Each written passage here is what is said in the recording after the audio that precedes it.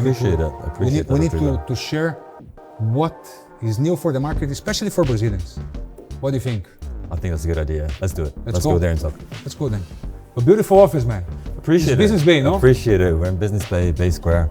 But then you need to explain to me later the difference between Decisive Zone and Decisive. And Decisive Partners. Yes. That's actually. So this is your new initiative. See, beautiful office. This is our reception. Morning. Let's go, Marvin. Please.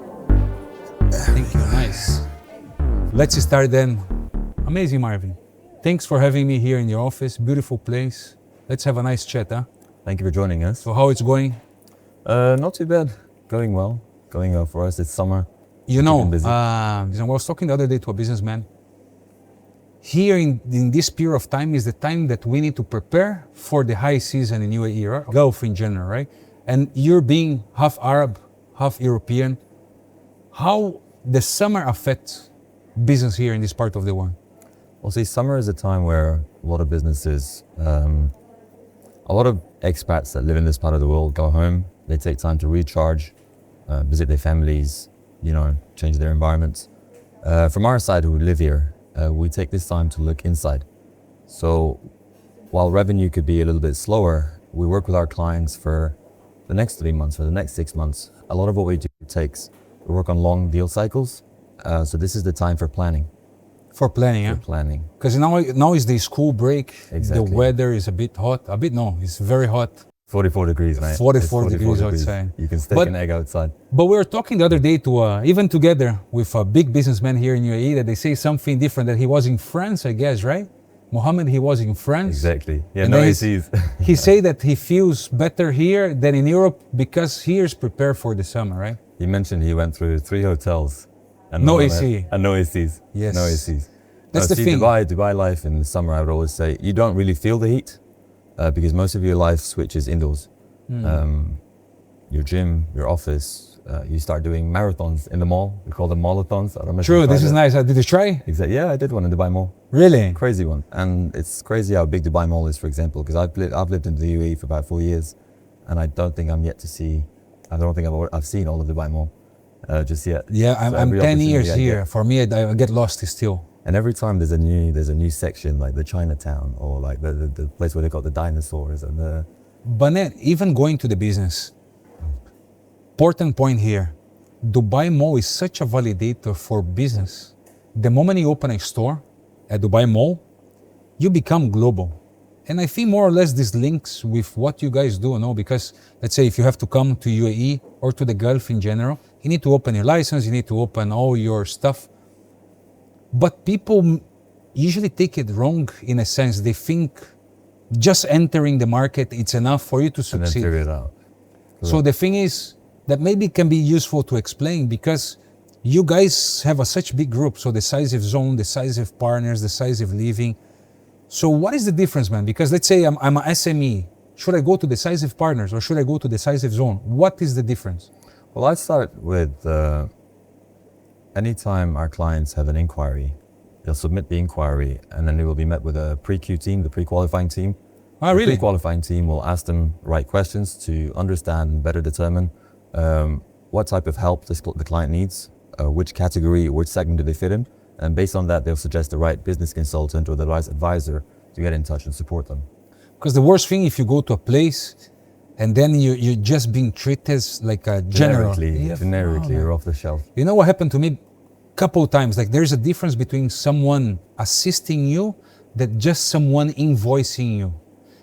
People invoicing, there's thousands in the market. Exactly. Happened to me to buy a car. You go to buy a new car, the guy don't bother to ask you questions like, why are Exactly. you choosing this particular car? Why you choose yours and not mine? There is a reason behind, and then that's the stuff I understood that you guys do. You know, the pre-qualified team is to Exactly. understand what the guy needs, right? Exactly.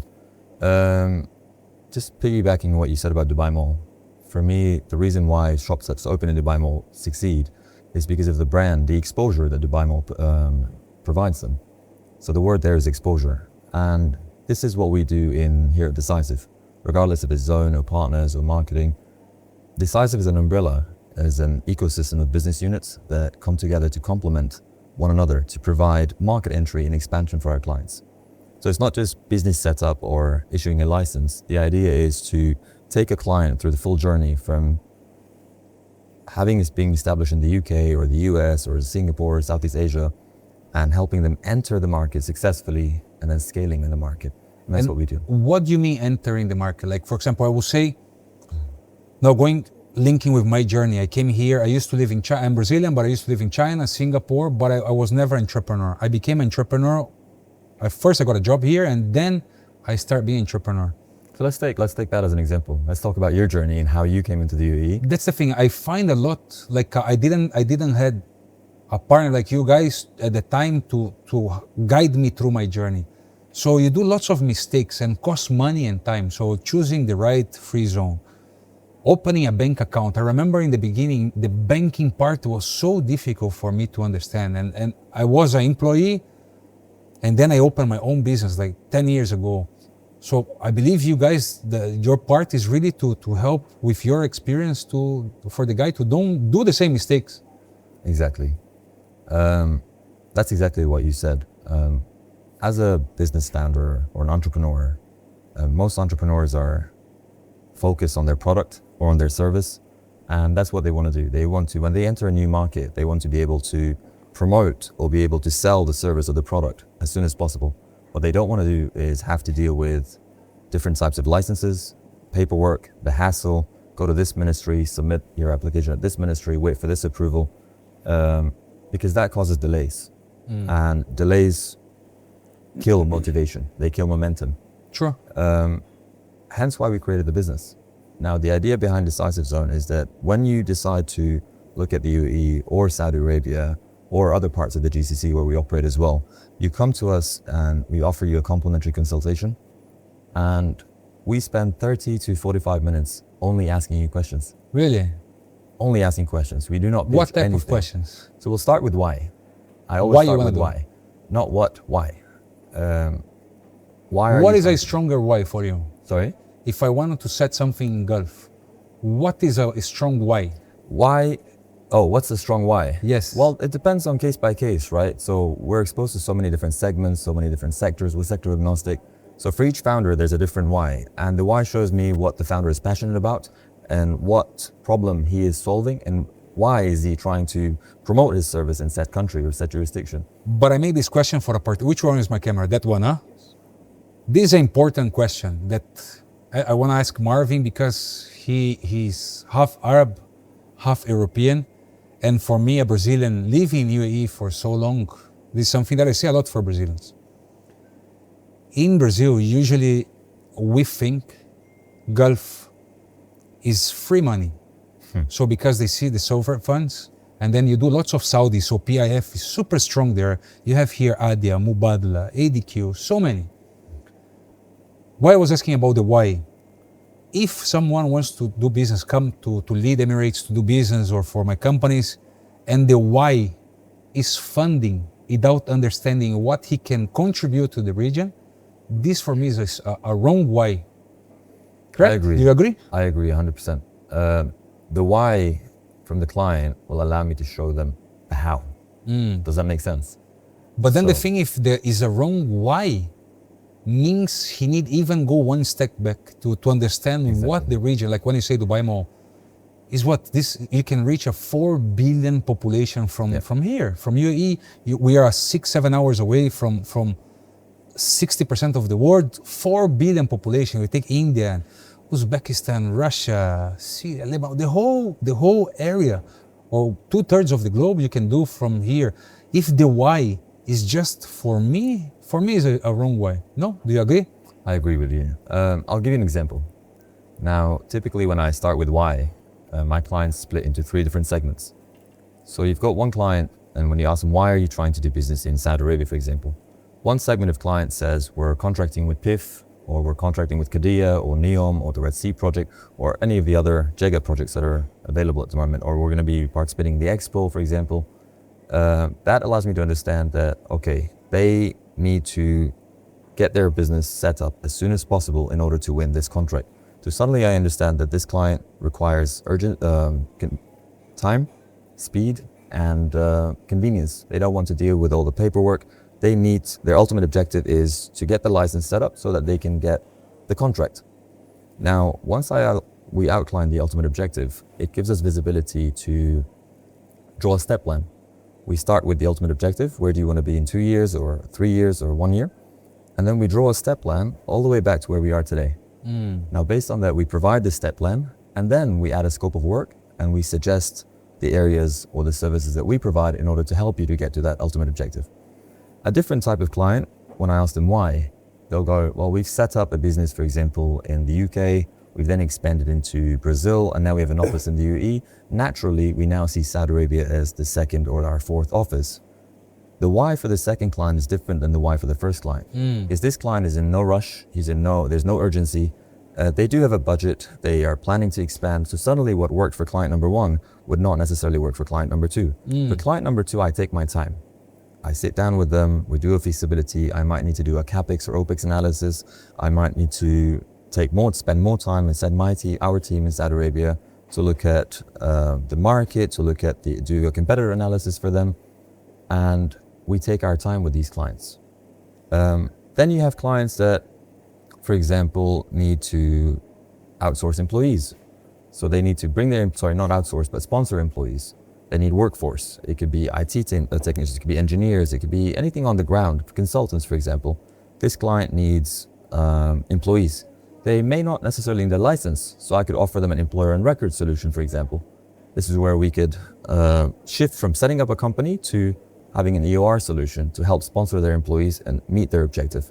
So like I said, this is why we spend 30 to 45 minutes in our first call asking questions only. Because what works for you might not work for somebody else. What works in Dubai Mall might not work in other places, for example, and hence our methodology. Your reply had so many different layers that is worth it for us to explore. If you see, when a customer comes, we receive these all the time. Maybe he have the why, he have the final objective, but then the thing guiding through the stuff you just spoken is important. So for example, he mentioned NEO, he mentioned PIF, he mentioned getting a contract, hiring people. Those stuffs are different monsters by its own. And it might sound easy when you speak, but it's not. And we all find out when you start being entrepreneurs. So let's say, going to the Saudi case, I do a lot of business here in UAE. So for example, let's say the guy wants to have a contract with NEO. Man, there's so many layers this is such a big goal. Exactly. To enter, how to register, documentation. And then you go, one thing that you say that usually, then this is a alert for my Cabayans, my Latinos. We underestimate the value of a market study, a market entry study. So people think that you come to UAE, you go to Saudi Arabia, you go to Qatar, to Bahrain, to Kuwait, and they treat the region. A lot of expats from Sweden, from the UK, from the US, when they look at the GCC, they treat it as one. True. Now, it's similar, but what works for you in the UAE will not work for you necessarily in Saudi Arabia, would not necessarily replicate to Qatar. And this is our role. This is where we come in. Even in UAE, if you see the way, for example, this misconception that people have a lot, in UAE, people will come here, they want to open a company in Dubai to access sovereign funds in Abu Dhabi. It will not work. Exactly. Or they want to have access to a sovereign fund, they open in Abu Dhabi, but they want the market. The market is here in Dubai. Exactly. So each city, each country have their own angle. But what helps you to avoid even wasting money and time is the market entry study. Like you understand your why, the questions for what you're doing that. So, Exactly. And then this is a role of Decisive Partners, correct? Exactly. Not in Decisive Zone. In Decisive Zone, you do this for SME, let's say. Decisive Zone is our SME company. It's the backbone of the unit. This is where we have 6,000 to 7,000 active clients that we manage. And 7,000 clients. Wow. Now, these are investors, entrepreneurs, individuals, SMEs. It goes up to MNCs to certain extents, but that's the focus. So Decisive Zone partners with the majority of the free zones in the UAE, such as IFZA, such as JAFSA, Rakez, the IFC, ADGM. And we're able to provide seamless, cost-effective solutions to our clients who want to enter and test out their new ideas. Partners, on the other side, was built to, after we identified a gap in the market, for the larger types of clients, for your public listed companies, for your multinationals, for your family offices, for your private equity firms. Interesting. So for the different solutions for what different going to be a segments. problem for a family office? Let's say do you have any case of someone that was having issue to enter Saudi, let's say? Just last week.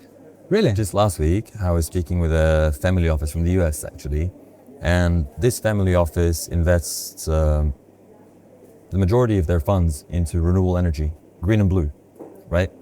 Now, I was having a chat with a partner and he mentioned that I'm investing in a lot of startups, I'm investing in a lot of companies, and every time I invest in a company, I hear a lot of delays from the founder and excuses saying that my license was delayed or I couldn't get my staff on time, hence and I'm funding them, so I'm putting all my money into this company, but the company isn't meeting its KPIs, its objectives. And I asked him, how often does this happen? And he said 2 out of 3 companies face this issue in his portfolio. We met a couple times after that, and then they decided to outsource all of their portfolio companies to us. So now, every time the family office invests in a new company, they connect us with the founder and they go, please speak to Marvin. Marvin will take care of all of your needs to make sure that you enter the market, scale as soon as possible so that the founder can focus on his product, which is why the investor put the money in for it. The investor didn't put the money so that the founder For him can to find out about the market. For him to find out of the market. The founder wants to focus on the product, whether it's an IT solution, whether it's a robotic, whether it's AI, whatever it is, right? The founder doesn't want to deal with the noise. The investor doesn't want to hear about the noise. So give it to us. So this can apply also for Latin American founders, let's say. Exactly. Besides that, you also have the language barriers sometimes. A lot of the companies that we work with are from the US, they're from the UK. Now, the majority of people here do speak English, but when you're working with government officials and government authorities, Arabic. Everything needs to be translated properly. Articles of association, memorandums, bylaws, charters. So this is where we come in and provide our legal counsel. Good point that I wanted to mention here.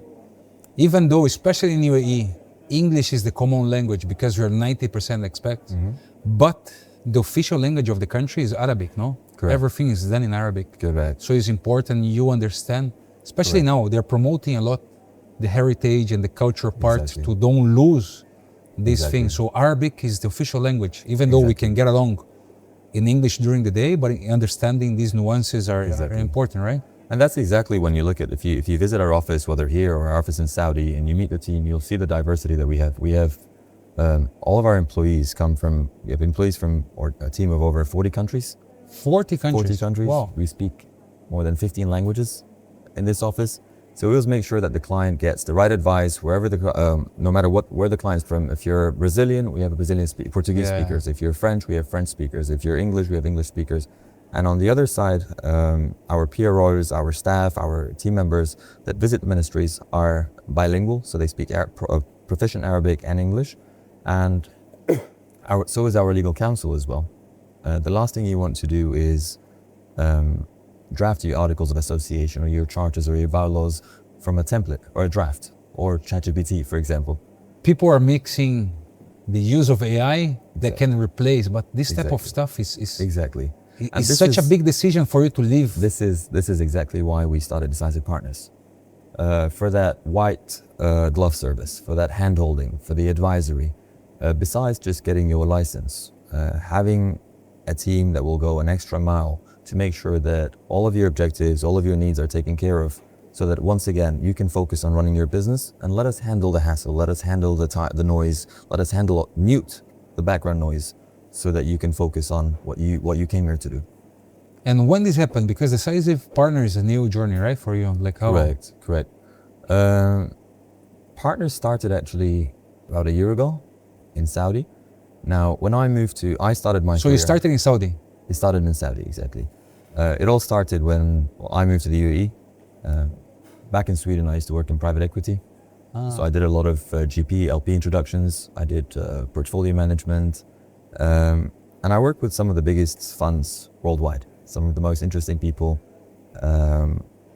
that I've met or looked up to as a child. I got the chance Really? to work with Robert Downey Jr., for example, is a client. Nice. Moving to the UAE,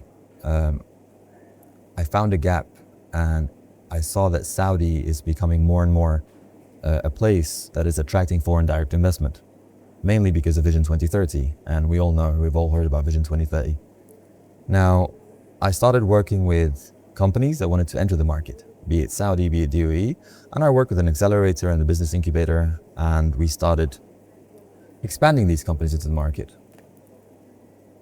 We noticed a gap that a lot of business setup companies are only providing one solution.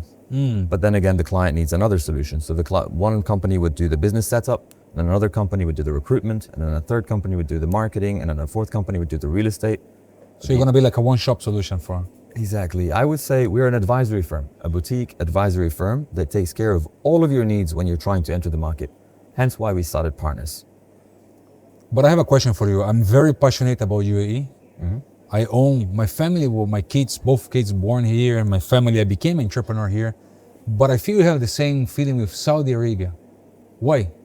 Besides you say about the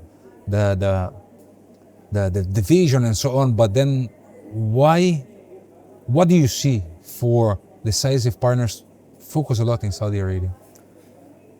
Very interesting question. Now, for me, Saudi is the largest market in the GCC. It's a $1 trillion GDP country. And when I moved to the UAE, when I was in the UAE in 2006, I was visiting, before I moved, I saw how the country was being built. I saw how every trip we'd visit Dubai and we'd see a complete new road that JBR, I saw JBR being built. I saw Burj Khalifa being built. I saw Dubai Mall. Nice. Now, I was too young at the time to make an impact. I was just an observer. So when I saw Saudi, I saw a chance for me to actually participate and make an impact and help build the infrastructure in the country. But do you think Europe have the same vision about GCC, let's say? They understand the role? I think so. I would say that. More and more we're seeing expats flood into the UAE, into Saudi Arabia, into Qatar, for example. True. And a lot of times they come here for a visit, such as myself. I came here for a lunch. I met a client. Really? And then he convinced me to stay. Do you remember where? Which restaurant? In DIFC in Shangri-La, at the Shangri-La Hotel. I met a client who was an investor in Shark Tank, actually. And we were just having lunch back in the day when I used to work in private equity. And one thing led to another. He started showcasing one of his new portfolio companies. And I made a joke about when he wants to sell it. And he says, I'm already selling the products. And then he asks, would you want to sell it for me? 20 minutes later, he puts a contract on the table and he says, Marvin, I don't think you should go back to Sweden. Really? You should stay you speak Arabic, you speak English, you're social, you're a networker. I think this is the place for you. Work with me and you won't regret this. The next day I took a flight to Sweden. I sold everything I had on Facebook Marketplace. I didn't have much back then. And then I came back. I stayed with my uncle. My uncle lives here, has been here for the last 25 years. Wow. For 2 to 3 weeks. And then I found a place and then Dubai became my home. Very interesting. I was asking about the restaurants because here, this is also a big business opportunity. There's more than 300,000 restaurants here. If you want to try to have dinner in the different restaurants every day, you're going to take years to try all the restaurants here. Exactly. And especially we get very spoiled. And I was saying about Europe, because if you see what's happening now, London is losing most of his historical millionaires and billionaires to UAE. Them not only do business here, but also moving their wealth to this part of the world. But I was asking, because in Latin America, we Latinos, I think still, and this is what passionates me about UAE and especially doing this bridge Latin America and GCC, because we say in LEAD that the future of the business world passed through Middle East. Yes. But people is still, like, let's say a Latino, someone succeeding in Latin America, he will think, I need to go to US, and maximum when I go Europe. Yeah. But if you see what's happening here, the transformation, they don't realize unless they come like you did, like all of us, we did come here to experience. Exactly. So maybe this can be advice, like for, even to Saudi, like I say this a lot about UAE, come here to do, and even I say this a lot, I'm very attached to My heart is here in UAE. For a businessman, you can access Saudi Arabia, Qatar, Kuwait, Oman, Kuwait, Bahrain. China, India. I say a lot for Brazilians, like India and UAE is $100 billion corridor. They have the CEPA agreement. It's huge. Brazil, India is a 10 billion. Brazil and UAE is a 5 billion. So for a Brazilian company that wants to do more business in India, it's easier to do via UAE than going to India directly. Right. Tax purpose, bureaucracy, and even because of the CEPA agreement, it's cheaper doing via UAE. Correct. And I think similar applies to The Saudi, options, the free zones, the different jurisdictions that are available, the digitalization of the portals and the entire process in the UAE has become so seamless, which is why I always recommend people to come here and visit. Yeah. People who want to do business, who are looking to do business in the region, I always say start with Dubai. Come to Dubai, see how it is, see if you like it. Come here for 2 weeks so that you can have your fun and do all the touristic activities and go to Burj Khalifa and go to your desert safari, but also spend a week thinking, do I see myself living here? See how safe it is. See how convenient it is. See the level of service that you get in the UAE. This is an unfair comparison. Very few people gonna say no. The moment you say- experience this, it's I would say come for 2 weeks. Don't come for 5 days. 5 days is not enough. Come for 2 weeks. But do you think you can do business from abroad? Or how you suggest people from, like when, let's say I want to grab a contract in Saudi Arabia. Yeah. Are you going to choose Decisive Partners? They're going to outsource the responsibility to you, or you're going to help them to achieve? How is the difference? Like you help, or they outsource everything to you? Like you're going to be able to win a contract for them, or this is more like their job to do? A mixture of both. In Saudi specifically, if you go on our website and you just go decisivepartners.com and go into capabilities, there's 4 pillars of activation, as we call them, and each pillar will highlight what service or which part of your journey do we support you with. Now, the first one is market entry architecture, as we discussed. So this is where we draw your step plan, we identify the ultimate objective, and then we hand over the recipe.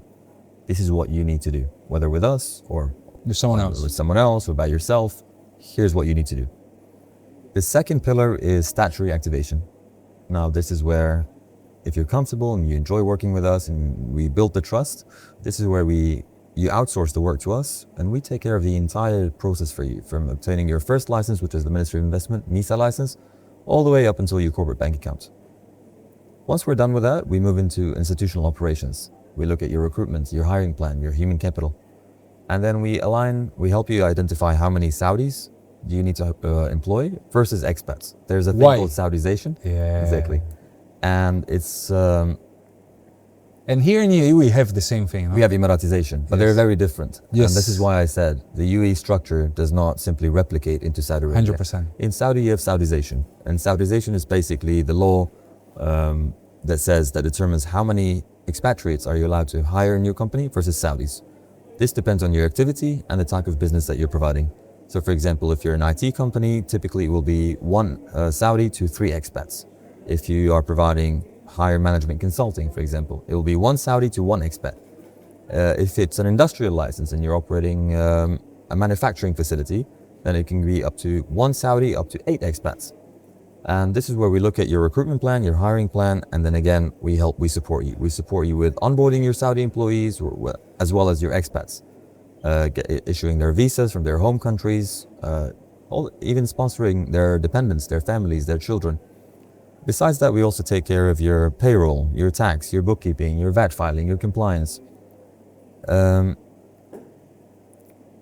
we move into the 4th pillar, which is commercial access. Now here's where things get interesting, and here's a unique selling point that I like to see in Decisive Partners that isn't available widely in the market.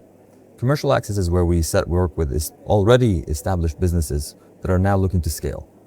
Whether you're looking to work with a government entity like Aramco or PIF or NEOM, we help you with your tendering process. We help you register to the right portal, which is called the I'timad portal, and we assist you with the technical bid as well as the financial bid.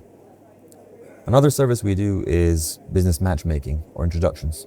Now this is where, as we've now been doing this for the last 45 years, we've expanded more than 800 companies into Saudi Arabia alone. And in the UAE, I mentioned we have 5,000 to 7,000 clients. I'm not sure on the correct figure, but it's around between 5,000 to 7,000 active clients at the moment. Wow. Oftentimes, this client and this client They have potential, yes. benefit from each other's services. Sure. And we are the middlemen. So each client that we onboard into Decisive Partners, we always understand we always get to understand at least 20% of their business.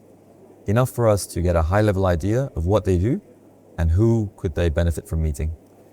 And Whether it's introducing them to a local family in Saudi, or for whether another it's- businessman. or a foreign businessman or foreign investor that can help them fundraising, this is where we partake an active role. We can either do introductions or we do, we operate on a succession fee, for example. So yeah, we also do events, we do networking events, we bring our peer lawyers, our investment banks, our family offices, as well as the general managers that come into Saudi, and we help them network, we help them meet each other. A few months ago, we rented a nice place in the IFC, and we had this mingle event, a few Nice. cocktails, a few small bites, and yeah, this is it. But important thing here that might be a tip for the guys watching us. For what you see in doing business here in Decisive Zone, Decisive Partners, which sectors are good sectors that people should focus? Let's say there's lots of push on AI, Yeah. lots of push in food security, mining. Do you have more, or can you elaborate a bit further on these sectors? Saudi, the UAE. GCC. Also, yeah. And then GCC, and then you focus in Saudi. Yeah. I'd say I'll speak about Saudi because I manage Saudi. I oversee the Saudi operations on a day-to-day basis. From my side, when I look at Saudi, when we did our market entry report to understand the niches and the types of clients that are moving into Saudi, we identified that tech companies, AI, service companies take the biggest chunk. After services, we found that medical, so medtech, advanced manufacturing, logistics, a lot of Yes. logistics companies. And when you think why, IT, AI is such a broad industry that connects and ties to every single sector, right? So Sure. you have AI in logistics, or AI in supply chain, AI in manufacturing. So, and AI is now booming, and the kingdom is investing heavily in AI. Service companies are number one, like I said. Then you've got medtech, you have advanced manufacturing, you have logistics. Yeah, But as a market, it's a market that consumes it all, right? Because even one important point when you say to hire locals, that there is a difference between UAE and Saudi, and the difference is a lot on the population, because Saudi Arabia is a 35 million population. UAE is a 10 million total, but 1 million of Exactly. Emiratis. exactly. So the ratio is different because of a population point of view. Correct. And it's also calculated differently. Yes, but then the thing is here that is important, like a Saudi, when you do something in Saudi, the market, the own market gonna consume a lot, right? Because when you do stuff in UAE, you need to utilize here as a platform as well. Let's say you wanna logistics, you're gonna reach 4 billion population. In Saudi Arabia, you can target Saudi alone. Like I wanna sell to Saudi, let's say. A very, very good point. We also witness and we notice that companies that move to set up in the UAE are looking to do trade in the entire region. Whereas the majority of companies that are looking to set up in Saudi want to do business in Saudi specifically. And it also ties with the regulations in Saudi Arabia. So what Saudi did, what the Ministry of Investment did, is it started mandating foreign companies that are moving into Saudi to set up, that are looking to do business in Saudi, to set up their local companies in Saudi Arabia if they want to bid for public or government contracts.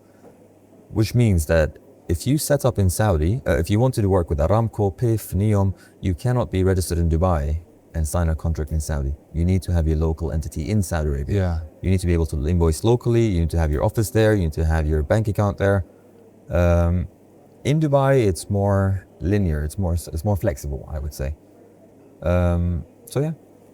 I will elaborate a bit further on this if you allow me, because this is a very important point that clicks our whole conversation. Usually you're not understanding the market, and the why you come into the region makes you waste time and money doing some mistakes, in a sense. setting up a company in Dubai to do Saudi, for example, as you're saying, to participate in a local tender. But this also happens here. Someone wants to raise money from an Abu Dhabi fund, and then he wants to set up a RAC license. Yeah. Or you want to do something in the region and you're going to set up Saudi. I saw also the opposite. Yeah. Someone that was engaged with Saudi that he wants to sell to the region, but by taxation purpose, there's different nuances. Withholding tax, for example. Or You need to understand why and how to benefit. And then this is a good point. I want to know your opinion. And I will share mine, want to know yours. If you zoom in, there is a healthy competition because Dubai, Abu Dhabi, Sharjah, Saudi, Qatar, all want to attract FDI in their own ways. But in the end, the whole region benefits. So more companies coming to Dubai means more business gonna go to the entire Saudi. region. And Region. opposite. Yes. If there is more people going to Saudi, There's more Dubai people gonna coming. benefit. Exactly. People gonna come here for vacation, for the weekends and so For on. attractions, for tourism, for... But you know a mistake that I see quite a lot? A businessman will come and he will try to use. So if you see the leadership of all the countries, they collaborate heavily. So they will be always talking to each other. The leaders are going to be visiting each other. There is a healthy competition when you zoom in, but people will try to bargain between the countries. Did you experience this before? Yes. What? Tell me a story about that. This is lot. interesting. A lot of times, again, because people see the jurisdictions or the countries as one, and we advise them that they're separate countries with separate processes and separate benefits. What works for you in Dubai doesn't necessarily work for you in Saudi. Now, a lot of times people want to do business in Dubai and then they look to set up a company in Saudi, and then they go, why is it expensive? Or why does it take so long? Why is it 3 months? I did it in Dubai in a week. I got my license in 1 week, and that was it. I could own the company under my name. That doesn't work in Saudi. In Saudi, you cannot own a company as an individual unless you have a premium residency or another company. So it's corporate structuring. Yeah. And then we need to advise, we need to sit down, we need to explain the methodology, the reasoning behind it, and why Saudi is different than the UAE. Qatar is a complete separate market as well. Qatar has different regulations, although the activities might be similar. So some activities in Qatar might be restricted to Qatari nationals only. In Saudi, for example, some activities are only for Saudis. Other activities are for all locals. And there are activities that are that permit foreign ownership as an expat. The reasoning behind it is every government or every country sets entry barriers depending on what they need. Exactly. Right? For their own interest. For their of own course, interest, because it has to benefit their own goals. Saudi Arabia, for example, in my opinion, the majority of Saudi locals are traders by default. Arabs are traders, right? Arabs You guys are traders by default. Exactly. My father's a trader. Really? Yeah, in textile. And for that reason, they allow service companies to come in with low entry barriers. Whereas if an expat is trying to set up a trading company in Saudi, they have to put a very high paid up capital. Now, this is also to promote, help me find the word, local workforce, and to protect, to ensure fair competition in the market, and to ensure that the country attracts foreign direct investment in the sectors that benefits it and helps it develop. It's interesting to understand these nuances because, again, when you say like from the outside looks very similar, the Gulf states, but there's, as you said, they all want each, for example, if you say a country like Qatar, they're not, at least my observation, they're not that interested in the FDI. If you see the way the sovereign funds work. So let's say here in UAE, you have if you count to Dubai, 5 sovereign funds. You have Limad now that absorb ADQ, you have Adia, you have Mubadala, you have Adia Mubadala, ADQ, and Limad. And in Dubai, you have ICD. If you see Saudi, you have PIF, with a strong focus of driving the vision. Here, if you see each sovereign fund are going to have their mandate. Their own need. If you take Qatar invests heavily outside and a lot in soft power. Football club, hotels, airports, because they have lots of money. the country is more or less controlled from their side. They want to put the money to work. Correct. Here, if you see what happens here, Saudi, other countries, is really to attract FDI. Exactly. And it's different nuances. If you try to have a recipe to do GCC, it will not work. No, That's why you never. need to sit and understand, Never. right? Exactly. And then, for example, I do a lot of UAE. See, Marvin is very focusing in Saudi as Decisive Partners. You need that type of understanding when you're going abroad. If not, you're gonna suffer with paying a high price, and then this happens quite often. Maybe something that we can stimulate, that we can elaborate further. People will try to save money, not doing a proper study, not understanding. They spend more money than hiring a proper professional, and then they go back home saying, "Oh, maybe it's not for me." But because they enter right, you agree on that, huh? There's a saying we used to, a joke we used to have, which is do it cheap, do it twice. I agree. I agree. Do it cheap, do it twice. A lot of times, or sometimes I would say now, sometimes we receive clients that they're busy, they have a lot going on in their lives. They do want to go to Saudi, but we get for example, our team will receive a message that just send me a quote. And then we go, No. well, we propose a consultation because each proposal is tailored to your precise objectives, and what works for you doesn't work for somebody else. To understand the why. And then they will, for some reason, think or assume that we are trying to upsell.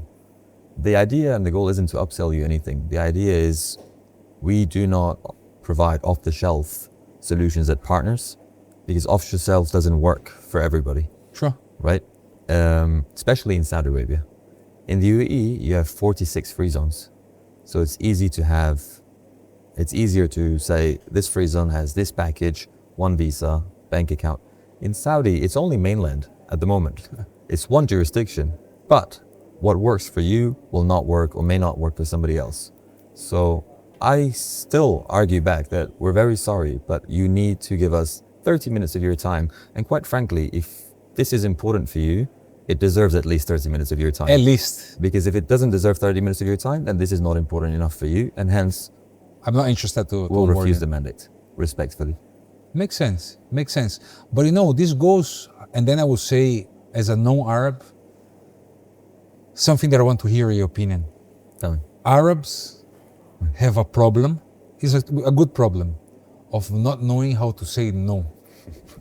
So when you're gonna come here, you're gonna have amazing meetings. But this, at least for a Latino, they will come and say yes, like they will have a nice meeting there in PIF or here with a local family office. And then they will come back and say, why I need to spend time with Marvin? I already had an amazing meeting. But maybe the Emirati, the Saudi, whatever, gonna say, this guy need a bit more traction, let's say. But the meeting will be very positive. Do you agree on that? Yes, to a certain extent, I do. I also think, from a different perspective, I see a lot of expats that come and participate in exhibitions, in events, in conferences, all types and sizes in Saudi Arabia. Now, they'll come and they'll meet a local family, for example, and then they will start pitching their solution. We have the best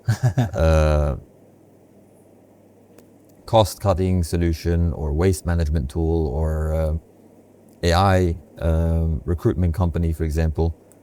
And then the local family will entertain the discussion, and they might want to participate and do it, but they need to see commitment. Show commitment, because come here, set up your entity, set up your business, get your license, and then say, here, I've done my part, I am committed to the kingdom.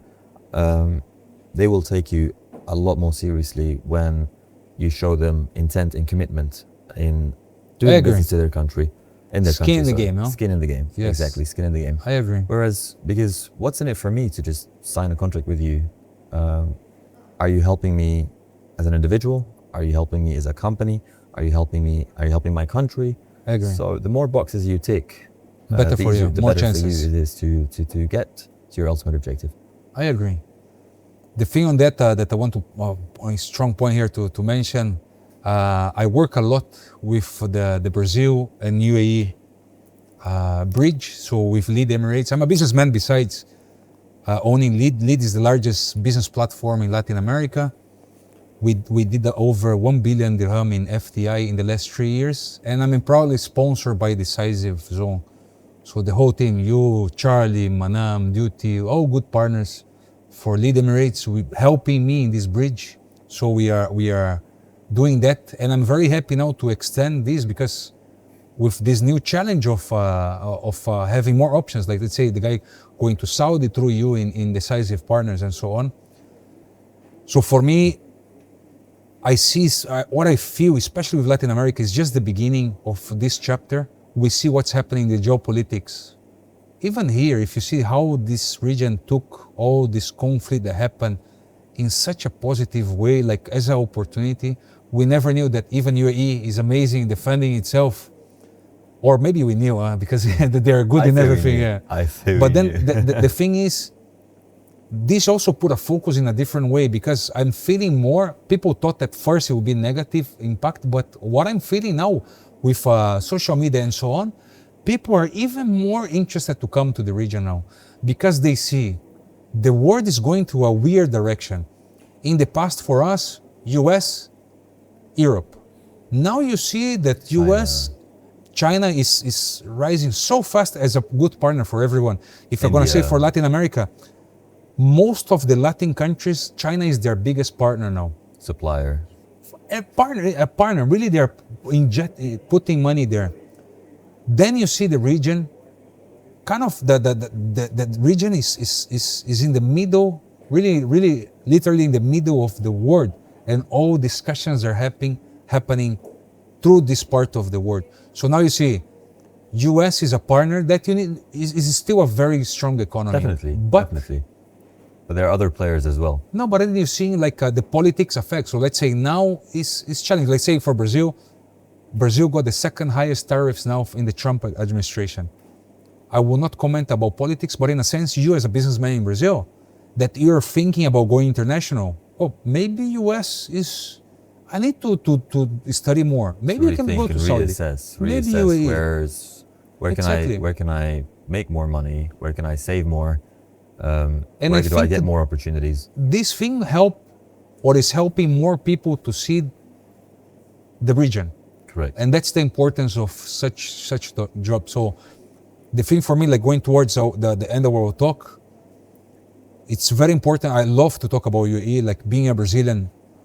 You see diversity, like Arabs, European. I have Brazilians here. There is Indians, Spanish, Pakistanis, Italian, Pakistan, India. All type of nationality. I used to live in China. I used to live in Singapore. I never see something close to what's happening now. And to repeat again, the future of the business world pass through Middle East. Either is Saudi, UAE, Qatar, Bahrain. If you want to be international, you must be in Middle East. Look at all the big organizations. Look at all They're all here. Public listed companies, and they all came here. They all set up their RHQs, their regional headquarters in the UAE, and now they're setting up their RHQs. They're moving into Saudi as well. So they're having their headquarters in Dubai, and some of them are moving extending to Saudi. Yeah.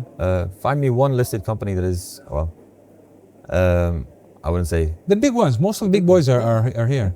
In the UAE, now in Saudi Arabia, and there's a reason behind that. Whether it's companies that are looking to set up an office in order to have that local entity to obtain contracts, or whether it's companies that actually individuals that want to move here, that want to benefit from the service, the safety, the nice weather all year round, maybe besides 2 months in summer. But for the majority of the year, they come here, they move their children, they move their families, and the majority of expats that I meet, when I ask them if they want to go back, they say no, for visits. Don't get me wrong, I love Europe. I love going back in the summer. I was just in Greece. I like going to Greece, Spain, Sweden, England. But I go there for summer now. I go there to see friends, see family, change the scenery. And then for the rest of the year, I'm in this part of the world. I'm either in Saudi Arabia, or I'm in Dubai, or I'm in Qatar, or I'm in Bahrain.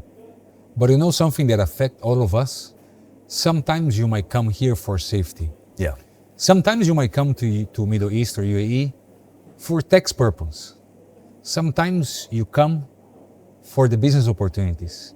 But what we all get that change our life is the mentality. The mentality. When you change the mentality of living here, one thing that I say a lot to Brazilian entrepreneurs, when you're outside, when you're in Brazil, you talk about politics, about football, about security.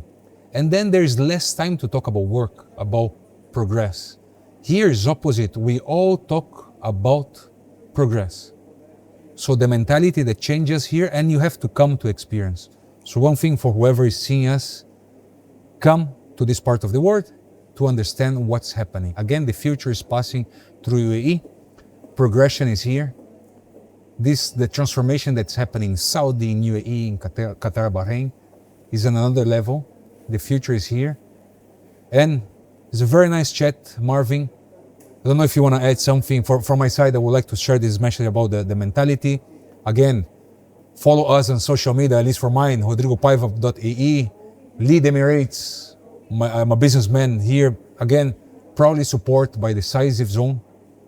But maybe if you want to share something else for us to finalize. Thank you, Rodrigo. Thanks for passing by. Thanks for the conversation. From our side, like I said, I'd love for anybody who's looking to move into this part of the world, whether it's Saudi or the UAE or Qatar, to the GCC in general. If they're interested, if you have an inquiry, if you're curious about how business works here, reach out to us. How? You can visit the website. You can go to decisivepartners.com. You can visit Decisive Zone. You can visit any of our websites. No, so again, tell your website. Visit us at decisivepartners.com. There's multiple ways where you can submit an inquiry. You can reach out to us directly by WhatsApp, by phone number, by email. So we'll offer you a 30 minutes complimentary consultation. Nice. To understand your business objectives. And then from there, it's all... So for example, if someone is watching this episode, he go there, decisivepartners.com. He gonna come to your team. So he got a free 30 minutes free consultation to understand the whys. Correct? To understand the why. Amazing. To understand the why. The next step is for us to show you the how. And this Very is good. no strings attached, no commitments. Based on that, if you're comfortable, once they're comfortable with the engagement, if you want to continue the work, then we propose the scope of work, the step plan, and then we take it one step at a time. Amazing. Thank you for the time for having me here in your office again. Amazing. We're in a Friday series. It's important to say it's Friday afternoon. See, the team is busy. Floor is taking calls. We're in the peak of summer. So thank you, Decisive Zone, for the partnership. Decisive Partners, led by you in Saudi Arabia. So let's keep pushing. Social media, what is it? You have Instagram or? Right now we're on LinkedIn.